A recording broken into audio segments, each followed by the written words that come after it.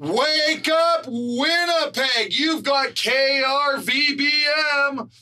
I'm Terrible Tony. Good morning, Gulag. We're here once a week to make sure that you start your morning off right. And that means giving you the most up-to-date information, the biggest stories, while showing you the newest tips and skills that can help you scrape by another week in the best country in the world. We're here to separate the propaganda from the facts and give it to you straight. That's right, Tony. We have got a special show lined up for you today. We are going to start off with an investigative expose that I did this last week on the Taliban. And I'm going to show you all how to make bread because you don't want to be lining up in the lines to eat. You want to be able to do it yourself. Absolutely. We're talking life skills here. We're going to then move on to our roundtable discussion about today's exciting topic in light of the Alec Baldwin shooting, which is gun control, with tonight's special guest, local gun nut, Matt Meyer.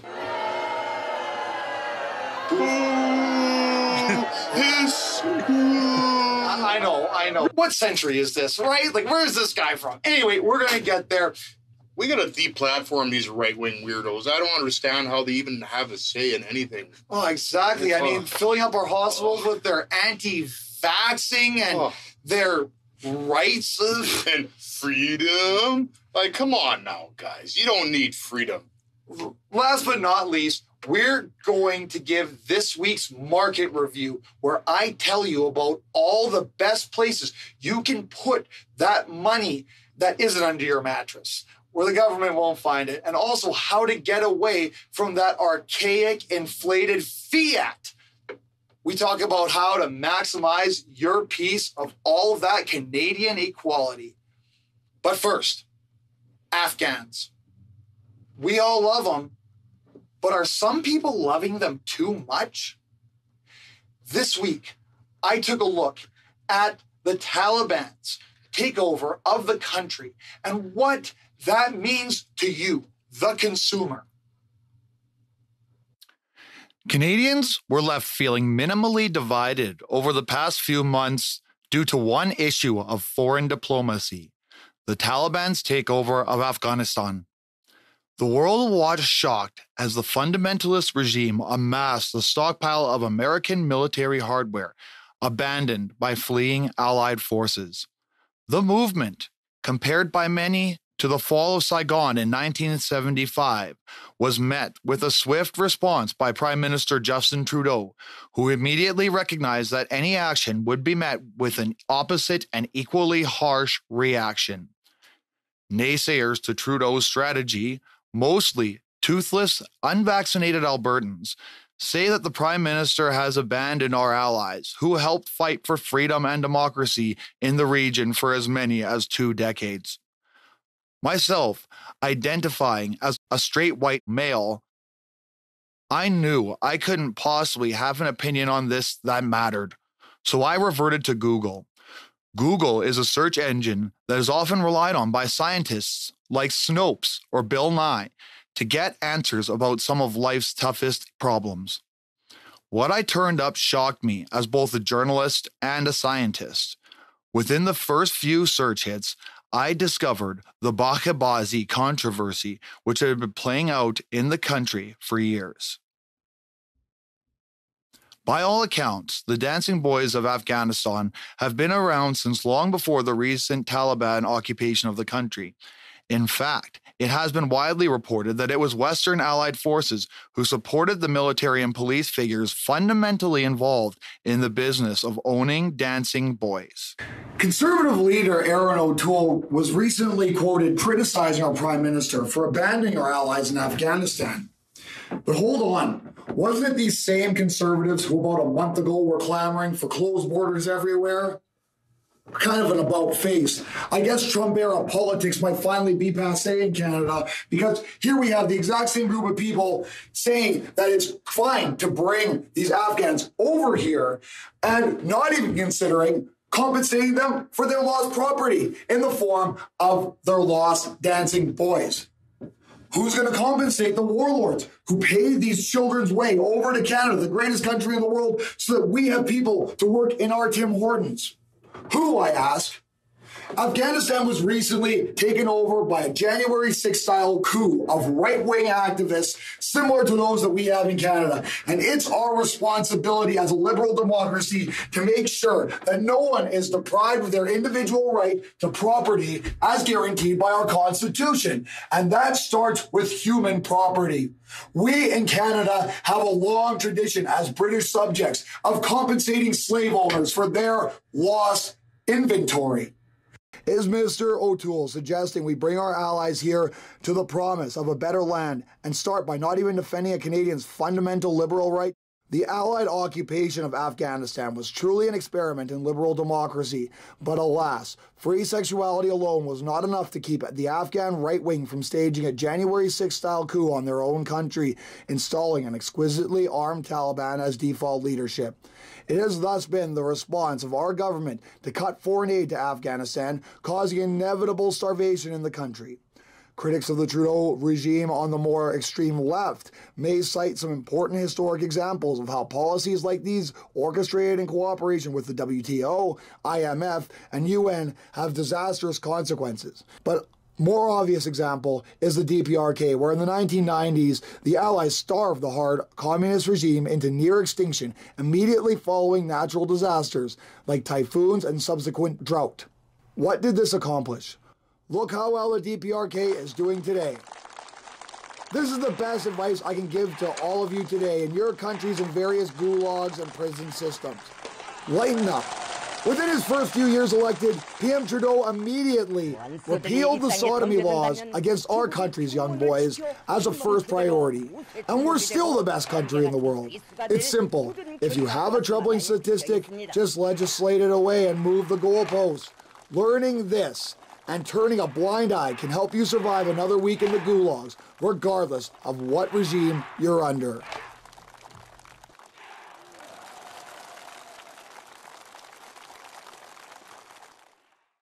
Now we're going to check on the kitchen here and see what I'm up to today. Morning Gulag, I'm your overseer, Terrible Tony, here to teach you what you can do with some contraband that you smuggle in your anus. Well, you want to try to cram a good cup full of warm water up there if you can. We're making bread today. Very hard. Took a lot of loss of lives bringing these ingredients into the gulag. We got here 3 tablespoons of melted butter. Definitely want that. We want to get all of it, so if we can smuggle a spatula in, all the better for you.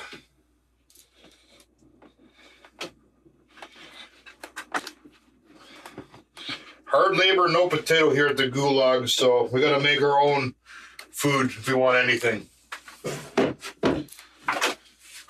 Next is an egg. Well, sorry, I'm breaking protocol. I took my glove off. Please do not tell the commandant.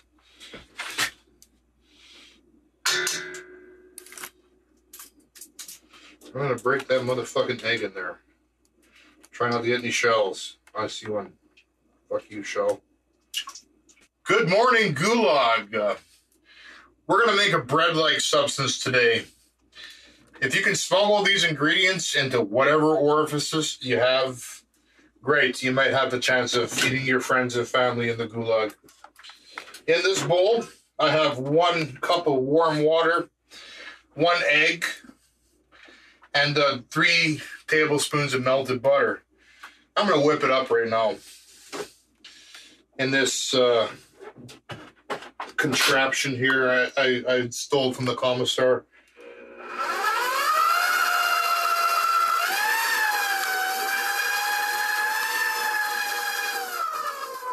Okay. Now it's time for, have here 3 heaping tablespoons of brown sugar, 1 1/4 teaspoon of salt, and a heaping tablespoon of buttermilk powder. It'll make existence a little less miserable while you wait to die. Dip that in too. What the fuck? That's what we do around here.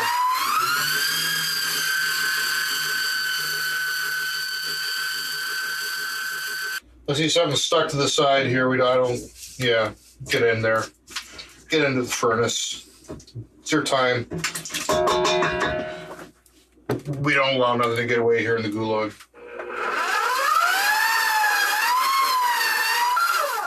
All right. I'm going to add some yeast in there now. About a quarter ounce, 7 grams or so. If you cannot smuggle yeast in, you can leave a jar out by the window. Expose it every 10 minutes for an hour or so. Put the jar back on. Eventually, it'll start foaming. If you have the yeast, if you have flour, if you can't smuggle in yeast, you can make your own yeast in the gulag. If you have some flour and water, you mix it together and you leave it by an open window. Open it every 10 minutes for every hour for a couple hours. Then close the jar slightly. You'll start to see bubbles after about 12 hours. Then that means you've harvested natural yeast. You won't need yeast at all. You can make your own out of the air. Yeast is everywhere. We smuggle commercial yeast in because it's way easier.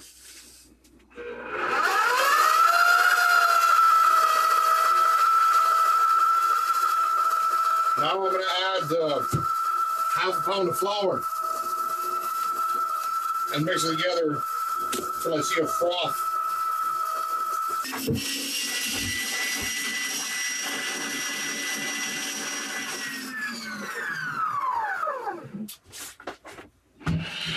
Want to make sure everything gets mixed, and we're going for like cake batter texture right now. I'm making hamburger buns because one of my comrades managed to sneak some meat in here at the gulag.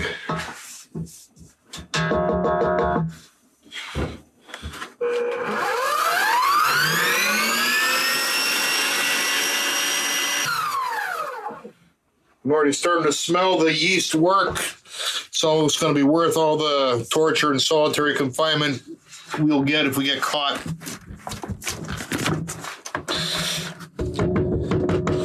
Thank you, Trudeau, for being so lenient towards us humble peasants. I would say that looks acceptable according to Canadian government liberal standards. The only thing is, this is all smuggled ingredients. We're not paying taxes. Technically, I could be shot for this.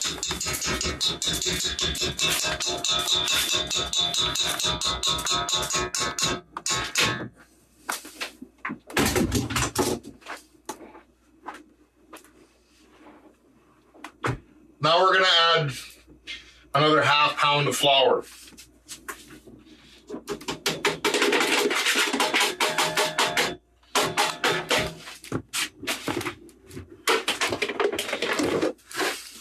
Somebody will probably lick the bowl clean. Anything you throw on the ground with food, they consider it a gift. Thank fuck Trudeau isn't seeing this. I'd be shot for dropping that piece.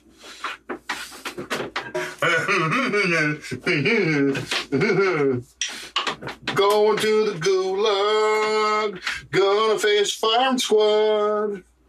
Going to the gulag, gonna face firing squad. A gulag, yeah. A gulag. Fucking gulag.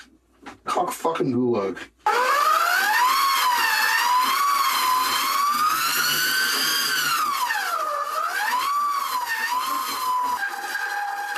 Good morning, everyone. We're here making a bread-like substance for all you starving motherfuckers in the gulag. You know how hard it is to smuggle all these ingredients in, especially when your anus is very tight. But it's well worth it, trust me, folks.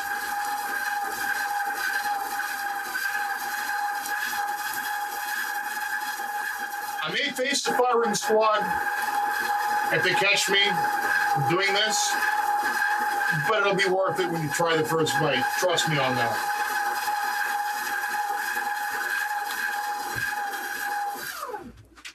Sometimes you might need to add more flour, so the more flour you can cram up your ass, the better. It's a staple in the gulag.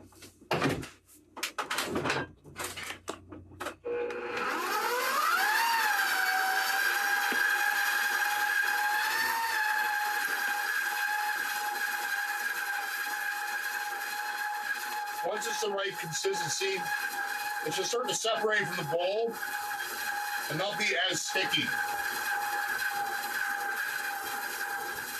The stuff's still pretty wet.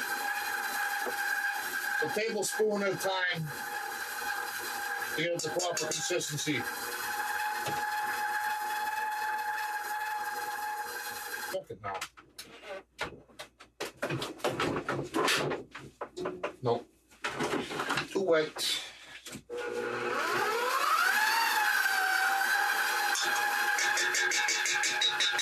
You do this enough times, you'll figure out how much is enough. It's good to go by exact measurements, but things like these, you can't always do that. You have to go by touch and feel.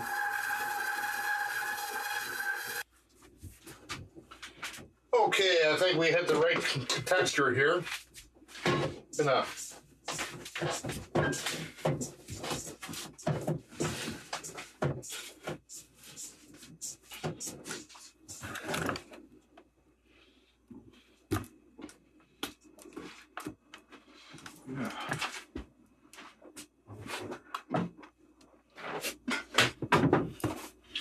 Gonna lightly flour this container here and the dough itself.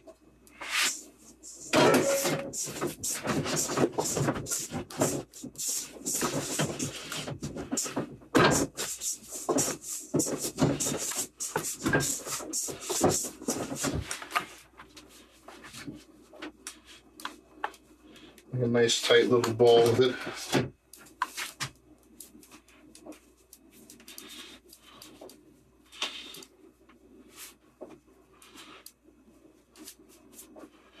And then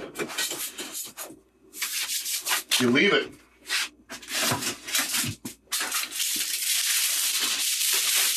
Let it sit for an hour until it doubles. So in this container, it should be popping off the foil.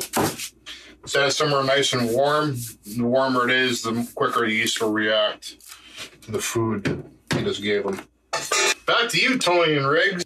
Wow, Tony, I had no idea that is such simple household ingredients could actually make bread. It's just that simple. And stay tuned. We're not done yet. You get to see the end results coming up. That's right. Stay tuned. We'll see you soon, everybody. Why you make so much noise? I can't study. My family will disown me. Your mix sounds so bad. Why? Yeah.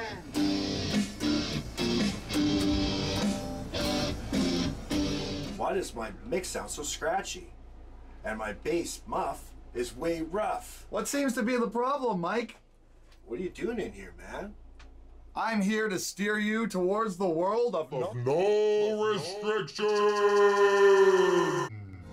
At Usurper Studios, we'll take your sound and video from super nope to super dope. You want a jam space? Ja! We got 'em! You want Marshall stacks? Ja! We got 'em! You want acoustic or electric drums?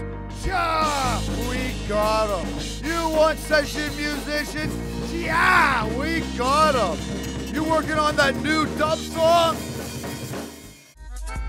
Then we want you at Usurper Studios. Call 204-421-2205. We're at 930 Sherbrooke in Winnipeg, Manitoba. That's 421-2205. Welcome back. This past week, the world was shocked by actor and anti-gun activist Alec Baldwin, here to talk about what happened as well as responsible gun ownership here in Canada. Is gun owner an advocate Matt Meyer. Here he is, Matt Meyer. Mr. Kaiser, Tony, thanks for having me. Kaiser will do, but that's fine. So, Matt, you are of the opinion that there is something called responsible gun ownership. And, I mean, we all voted for Trudeau, so, like, we don't know what to think about that. Can you show us what responsible gun ownership looks like? How do you even handle one of those things? Why would you even need one in today's modern age? God, they just meant I don't for understand. Well, first off, it's a tool. So if you use any tool responsibly, it's not going to hurt anybody. You know what I mean? It's like using a power tool. Safety with power tools, you're not going to have an accident. You understand? So, Matt, as I understand, I'm able to distill your position. You think that when a gun kills somebody, it is the owner's fault? There's two cases. There's negligence or there's intent. It's a tool, like a power tool, a circular saw, a reciprocating saw, a car. People have car accidents all the time, more frequently than gun deaths. Yeah, but cars are designed to drive. Guns are designed to kill. I've also never done a drive-by shooting with a nail gun. What? You can't do a drive-by shooting with a skill saw. Come on now, Matt. That's insane. It doesn't work. They're only meant for killing. And That's it. That's the only reason. That's the only possible reason you can own a gun. So you're saying at the end of the day, it's the user's fault when a gun takes a life? It's either negligence or intent, yes. I mean, right? Like, I think it's the government's fault for allowing them to exist at all, personally. but Justin Trudeau has been completely anti-gun in his entire reign as, his entire, I guess you'd call it a reign over Canada. His dictatorship, yes. His dictatorship. And can you show us how one would safely handle a gun without it going off in somebody's head? That's not possible. That's easy. We'll see. Well, I guess we'll see, right? This is what we have the show for. The first thing you do, Riggs, anytime you pick up Look at a that firearm, big thing. Ooh, that's huge. anytime you pick my. up a firearm, you make sure it's unloaded. After you point that muzzle in a proper direction. But what if you're in a rush and you need to kill the president of Malaysia, for instance? Well, then you'd be pointing at the president of Malaysia. Fair enough. Okay, I'm not the expert. It's okay. Whoa. So all you have to do is point this thing? And then people die? Point and die. Point and die. What? Anytime you pick up a firearm, the first thing you do is you put the muzzle in a safe direction. That way, anytime it could go off, even if you pull the trigger. That's scary. What if It's you in a really safe need to direction. prove a point, though? Like, your coffee is cold and this shit is just not listening. Don't you point the gun at them then? No, you shouldn't handle a gun if you're talking to people like that. What's the point then? I mean, am I right? Is it a tool? I mean, I thought it was a tool for getting rid of dumb people. Especially And maybe that's just because I'm German, but I thought the gun was a tool for extermination. well, if you want to build a proper and just society, you have to cull the herd, right? And this is like, I don't understand. Why else would you own a gun? Hunting, benefit? protection. Hunting? Yeah. Protection from who? Justin Protection? Trudeau is our leader, and we have a pretty rock solid constitution. I mean, it guarantees us health care and rights for everyone. I mean, Well, until they invoke the notwithstanding clause, that is, and then we have no rights. But hunting, though, Matt, like, why don't you just go to the grocery store where no animals are hurt? Like, why kill? I saw that movie Charlotte's Web like 9 times, and when the pig is smart enough, it should be allowed to They have a system for this. The farmers have a system. Why do you need to go out and do this? But have you read Animal Farm? What's that? George Orwell. Who's that? Is that like off of Pornhub, that secret site? No, I thought he was on The Real Life or something. Is that Like, I don't know. Well, we can get into a discussion on hunting that could last hours, easy. There's animal populations, a sustainable ecosystem, but the reason to own a firearm can vary from self-defense to personal protection. So, do you believe in the boogeyman? He's coming to get you? Is that who you need to protect? I understand, because we have police, and you can always call the police. All I know is, Matt, where were you on January 6th? Working, probably. Working at what? Working for Trump? Working for Trump? He must have been working for Trump. I can tell by looking at how he's dressed. Are you a Proud Boy? No, I'm not a Proud Boy. Are you proud of my accomplishments? Are Sure. you a boy? Yeah. Whoa, interesting. So you're saying that you're a boy? Yeah. Oh, man. Do you enjoy when people assume your gender? I don't give a shit. I'm a boy, so what's the conflict? You feel like a really big man with that gun in your pocket. That gun everywhere you go. Are you holding that massive death machine everywhere with you? Oh, so this is the death machine right here, is it? How does this thing work even?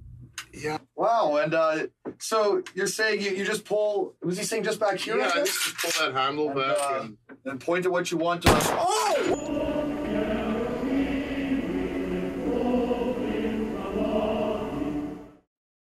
Matt Meyer, everyone. Let's hear it from Matt Meyer. And now we know. Yeah. The noise half the battle. That's right, Tony. I don't know. One of our final segments hopes to be a regular one on the show, where we really hammer down on what our core liberal values look like and what a better world might look like. We can only hope to have a more accepting and equal world once we as individuals start to exhibit these behaviors personally in our everyday lives. That's why today I want to talk about, for the first time ever, women and minorities that I would vote for. Tulsi Gabbard. Whatever happened to her, huh? Tulsi was a forerunner as a Democratic presidential nominee who served in the National Guard throughout the Iraq War. Tulsi made history in 2020, being the first woman of color ever to be endorsed by the Ku Klux Klan to be president of the United States. But Tulsi wasn't able to make it in the end of the race, being identified as a potential Russian asset by our favorite ballbuster, HRC. The sad part, folks, to this story is that we can really see gender inequality at work when a smart, lusciously beautiful young fox like Tulsi gets passed up for a job in favor of an old white man, particularly this old white man. Know the little expression, time is money. As one computer said, if you're on the train and they say Portal Bridge, you know you better make other plans. I tell you what, I would like to learn it. You see that come again?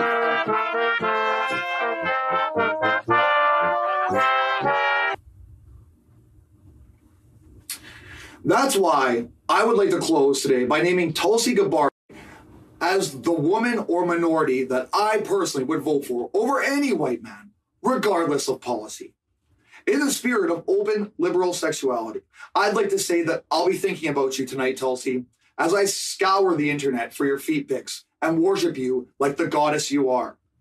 Thanks, everybody. You pronounced somebody's pronouns incorrectly. Now face the wall.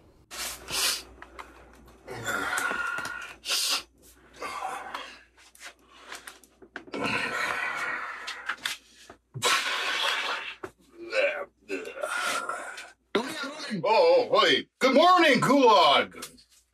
As you can see, the dough is about doubled in size. It's probably time to start working it now, getting it into the sheets. So, lightly flour a surface to work on. Get it out of the bowl. And we're going to start dividing it.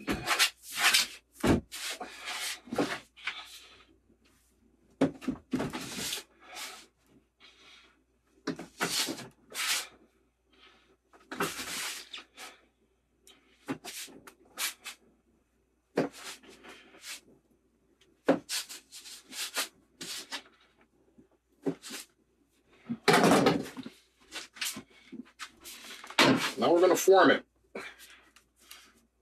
We're making hamburger buns here. We're going to try to make them hamburger shape-ish.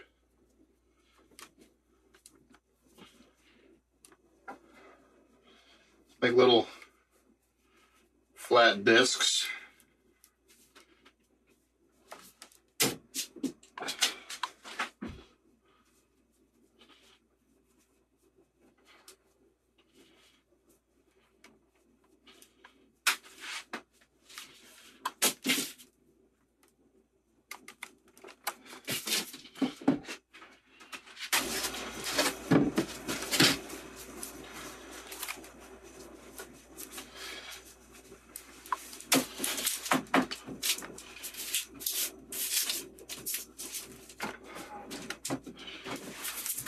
Now we cover them, put them aside somewhere warm, so again that they may double in size. May take a couple hours, but you want to get that. You want them to get them rising again to make them nice and fluffy when you cook them.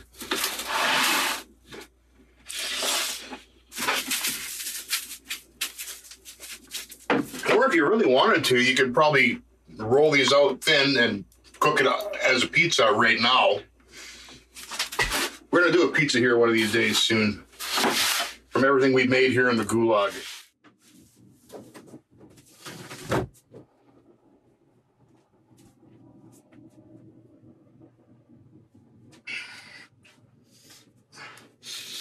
Oh, shit! Oh! We're rolling, Tony! What the fuck? I didn't realize I'm naked in front of you guys. Oh, Jesus. Okay. Well, we might as well finish this, our hamburger buns. I've got a beaten egg here. You know, you can make a scrambled egg or an omelet or whatever out of this, but we're going to use this for an egg wash. When you're making a bread and you want an extra brown crust, eggs facilitate what they call a Maillard reaction. This is a chemical reaction where you're making caramelized sugars, and it makes it brown. It makes it like a certain flavor. You get that extra, like the sizzle of the steak, the brownness of the steak, that's actually a Maillard reaction. We're creating a Maillard reaction with caramelized proteins instead of sugar. A caramelized sugar would be like a caramel. But we're caramelizing proteins here, and it actually adds depth of flavor, and it adds color. And surprisingly, a lot of the culinary experience is visual. So we're going to make this look and taste and smell great. We're going to give a little extra browning on top. Whenever you want more brown on bread and pastries, you coat an egg. Because the proteins create a Maillard reaction, which browns and makes a nice look and makes a nice flavor. And when you combine all these senses together, you get a nice experience. Now we could color these and color them green or brown or whatever, like the poop brown, and you would automatically perceive them as worse, even though they're better. There's been psychological experiments that have shown that certain colors elicit certain responses in people. Certain smells elicit certain responses. It's almost like we don't have free will at all. And we're just basically programmed machines. The scary part is the people running the Gulag, they know exactly what they have to do to get a reaction out of you. And that's why society is the way it is, folks. Okay, I put a healthy coating of egg. It's going to brown real nice. It's going to taste real good. Now I'm going to do the extra bourgeois step of sesame seeds. You see, it's common with burger recipes, they add sesame. Sesame adds flavor. The seeds add texture. Sesame kind of gives you a little bit of a bitter bump, whereas the white bread would be more sweet on its own. So you get a more balanced flavor profile when you have contrasting flavors and you perceive it more balanced.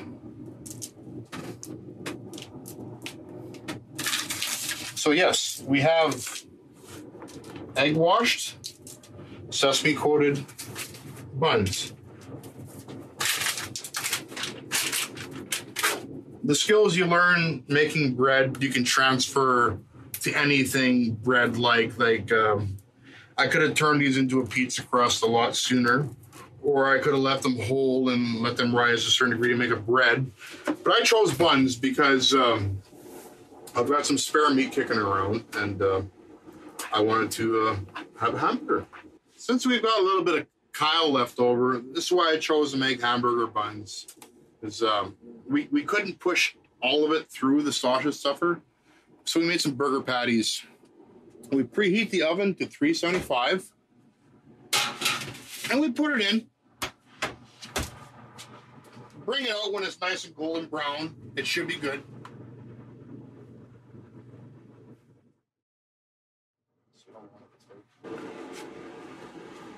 So we put them in the oven. It should take about 20 minutes or so, maybe a little less, to brown nice and be good and fluffy. And then we're gonna eat. We don't eat very often in the Gulag, so this is super important. Oh Jesus! Don't look! Don't look! Look over there! Look!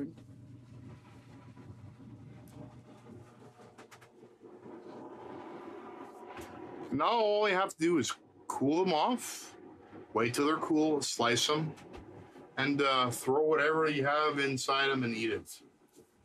Eat. Very rare in the Gulag, but you'll get to eat.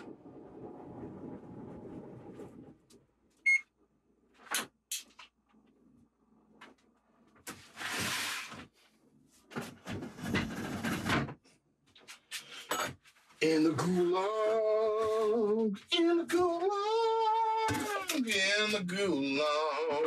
Hey, Tony. In the Gulag. Hey, Tony.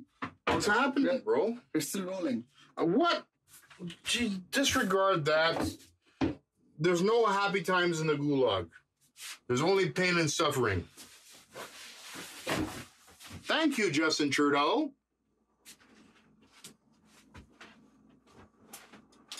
In the Gulag.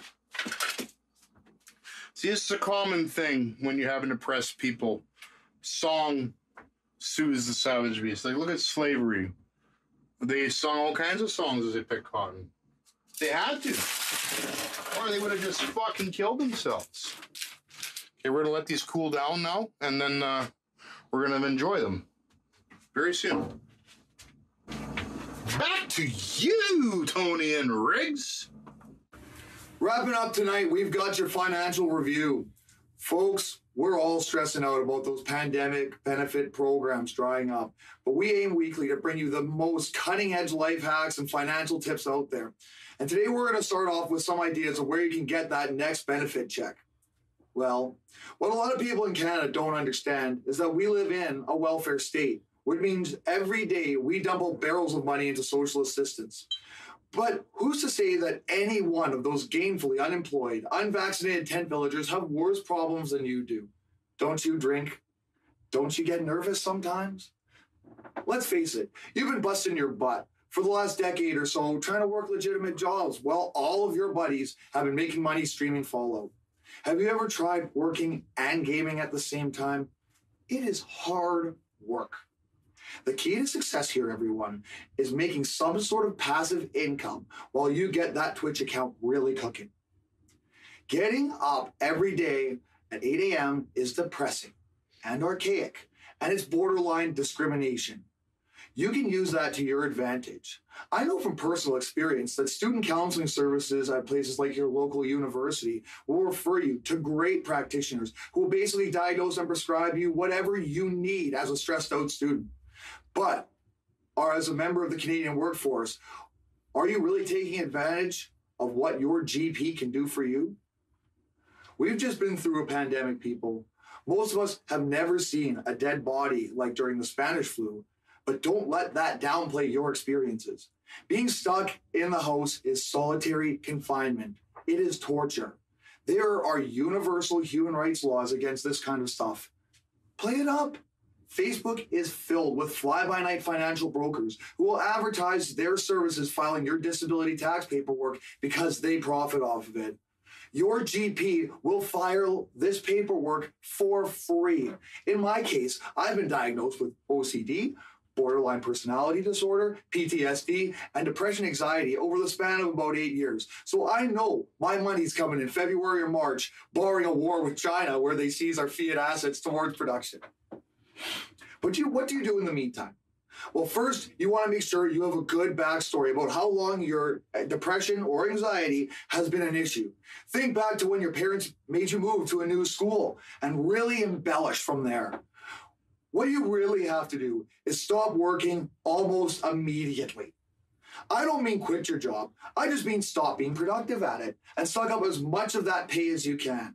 When they fire you, schedule an appointment with EIA. Tell them about how you're not able to work, how this pandemic has just given you too much of a weight on your shoulders.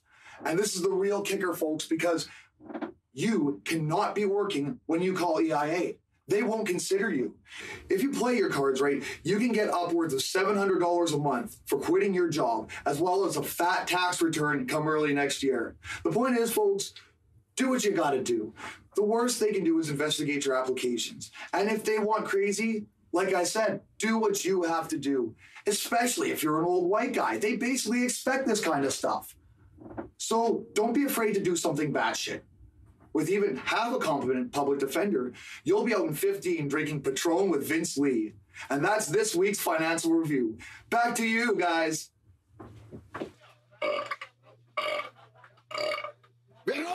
Tony, you can never have too many identity groups as a political backing behind you, and that's just the truth in life. This is true. This is why I try to cater to every demographic possible. And one can also not have too many skills, because the more skills you have, the more value you have as a worker in this socialist paradise. Well, we learned a little bit how to put food on the table here in Canada. For me to summarize, we've figured out how to game the system to get the most out of socialism. We figured out how to avoid the breadlines. And we've also had some wisdom imparted unto us by a liberty-loving person. But for now, we should all get back to work, Canada. We'll see you soon. Get to work, Canada. That's it for us. We have quotas to fill. Good morning, Gulag.